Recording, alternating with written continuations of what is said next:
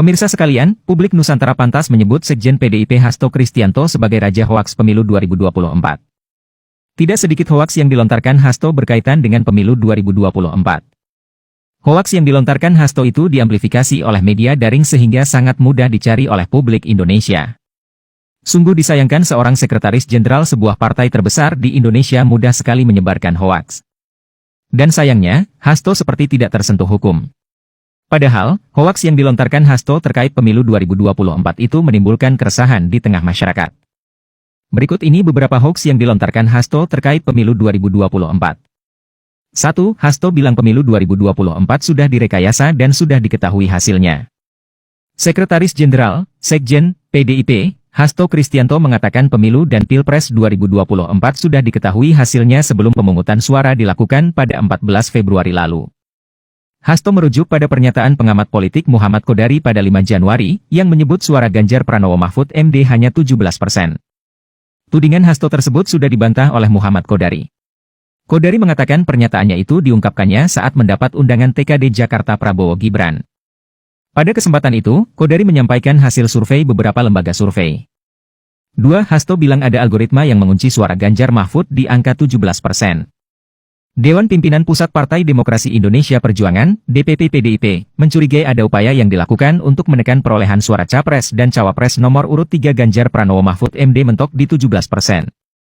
Sekretaris Jenderal, Sekjen, PDIP Hasto Kristianto menjelaskan kecurigaan tersebut terjawab setelah pihaknya menemui pakar-pakar IT atau teknologi informasi untuk menelusuri data perolehan suara Ganjar Mahfud dalam Sistem Informasi Rekapitulasi Pemilu, Sirekap.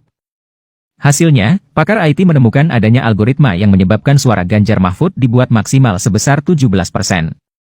Bukti bahwa yang diungkapkan oleh Hasto tersebut sebuah hoaks adalah tidak dijadikannya algoritma yang mengunci suara Ganjar Mahfud di angka 17% itu sebagai argumen di dalam posita gugatan sengketa hasil Pilpres oleh tim hukum Ganjar Mahfud.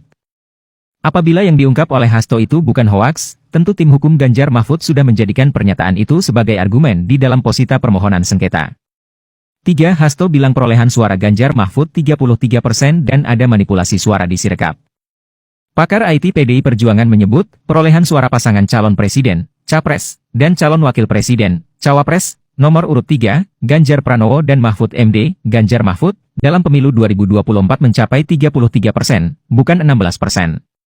Hal itu diungkapkan Sekretaris Jenderal, Sekjen, PDI Perjuangan, Hasto Kristianto dalam sebuah wawancara, Sabtu, 16 April 2024. Menurutnya, perolehan suara Ganjar Mahfud yang mencapai 33% berdasarkan hasil audit forensik pakar IT PDI Perjuangan terhadap Sirekap, Sistem Informasi Rekapitulasi, milik Komisi Pemilihan Umum, KPU. Bukti bahwa yang diungkapkan oleh Hasto tersebut sebuah hoaks adalah tidak dijadikannya perolehan suara Ganjar Mahfud sebesar 33% itu sebagai argumen di dalam posita gugatan sengketa hasil Pilpres oleh tim hukum Ganjar Mahfud. Apabila yang diungkap oleh Hasto itu bukan hoaks, tentu tim hukum Ganjar Mahfud sudah menjadikan pernyataan itu sebagai argumen di dalam posita permohonan sengketa. 4. Sebagai bonus, ini adalah hoaks paling anyar. Hasto menuding Jokowi akan merebut kursi Ketua Umum PDIP dari Megawati.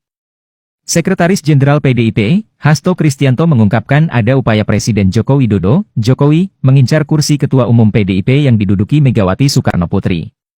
Menurut Hasto, Jokowi ingin mempertahankan kekuatan politik dengan menguasai parpol, yakni Golkar dan PDIP.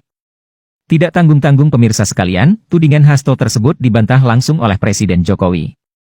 Pemirsa sekalian, kita tentu menginginkan dunia politik tanah air bersih dari isu dan desas-desus hoaks seperti yang dilontarkan oleh Hasto itu. Apabila orang biasa saja menebar hoaks bisa berurusan dengan hukum, mengapa sudah banyak hoaks yang dilontarkan oleh Hasto tetapi sepertinya hukum enggan menyentuhnya? Entahlah.